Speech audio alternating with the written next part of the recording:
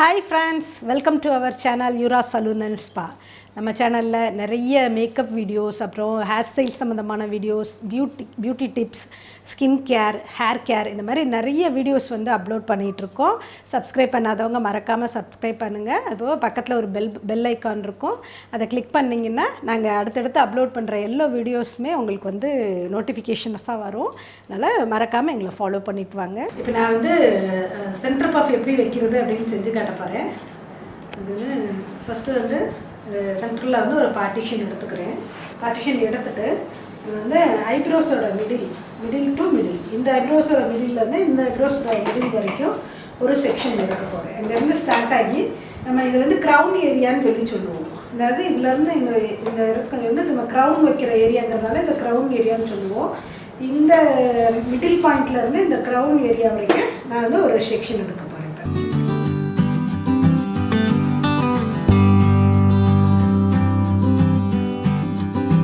அதே மாதிரி இந்த சைடும் இந்த க்ரௌன் ஏரியாவிலேருந்து இந்த மிடில் வரைக்கும் ஒரு செக்ஷன் எடுத்துருக்கேன்.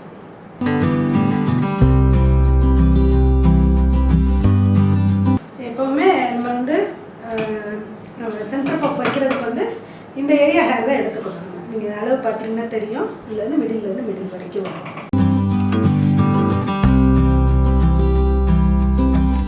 இப்போ நார்மலாக நம்ம ஒரு பஃப் வைக்கிறோம், வந்து பேக் கோம்பே பண்ணாமல் வைக்கிறோம் அப்படின்னா நம்ம வந்து என்ன செய்யணும்னா இந்த ஹேரை வந்து நல்லா கோம் பண்ணிட்டு ஜஸ்ட்டு ட்விஸ்ட் பண்ணிட்டு புல் பண்ணுவோம். ஒரு ட்விஸ்ட் கொடுத்துட்டு நல்லா புல் பண்ணத்துல இந்த இடத்துல வந்து ஒரு பஃப் வந்து வால்யூமாக கிடைக்கும். இது வந்து நார்மலாக வைக்கிறது. இந்த மாதிரி நம்ம வந்து நார்மலாக வைக்கிறதுனா வச்சுக்கலாம். இப்போ நான் வந்து இதிலே வந்து கொஞ்சம் ப்ரொஃபஷ்னலாக எப்படி பண்ணுறது அப்படிங்கிறத நான் காட்ட போகிறேன் உங்களுக்கு. இதை என்ன பண்ணலான்னா நாங்கள் வந்து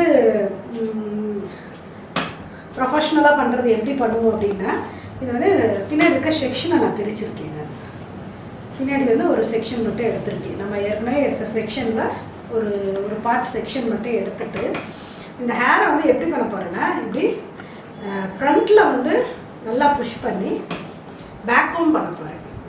பேக் கோம் பண்ணுறது இந்த மாதிரி பேக் கோம் பண்ணிக்கணும்.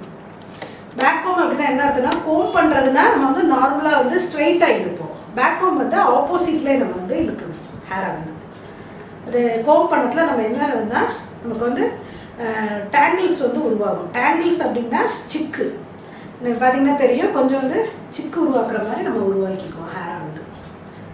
அது உருவாக்கத்தில் நமக்கு வந்து ஹேரில் வந்து நிறைய வந்து நல்ல வால்யூம் கிடைக்கும் உங்களுக்கு. அதே மாதிரி அடுத்த செக்ஷன்லேயும் பண்ண போகிறேன். அடுத்த ஒரு செக்ஷன் எடுத்துக்கிறேன், பின்னாடி இருந்து பண்ணிட்டு வரணும். அதே மாதிரி ஃப்ரண்ட்டில் வந்து ஹேரை புஷ் பண்ணிவிட்டு இது வந்து பேக் கோம் பண்ண போகிறேன். பார்த்தீங்கன்னா இந்த இடத்துல உள்ளே வந்து நம்ம ஒரு கொஞ்சம் வந்து ஆர்டிஃபிஷியலாக ஹேர் வைக்கிற மாதிரி ஒரு எஃபெக்ட் கிடைக்கும் நமக்கு.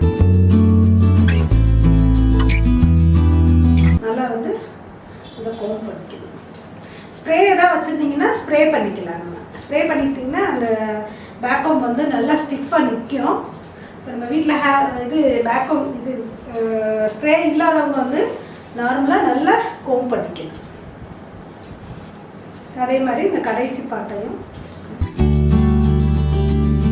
இந்த மாதிரி லைட்டாக இது வந்து என்னன்னா பேக் கோம் வந்து இந்த இடத்துல மட்டும்தான் பண்ணணும், ஸ்டார்டிங்கில் மட்டும்தான் பண்ணணும், வெளியே ரொம்ப பண்ணக்கூடாது.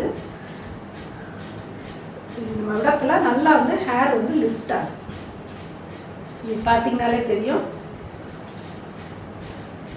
நல்லா வந்து ஹேர் வால்யூமாக ஒரு பஃப் எஃபெக்ட் கிடைக்கும்.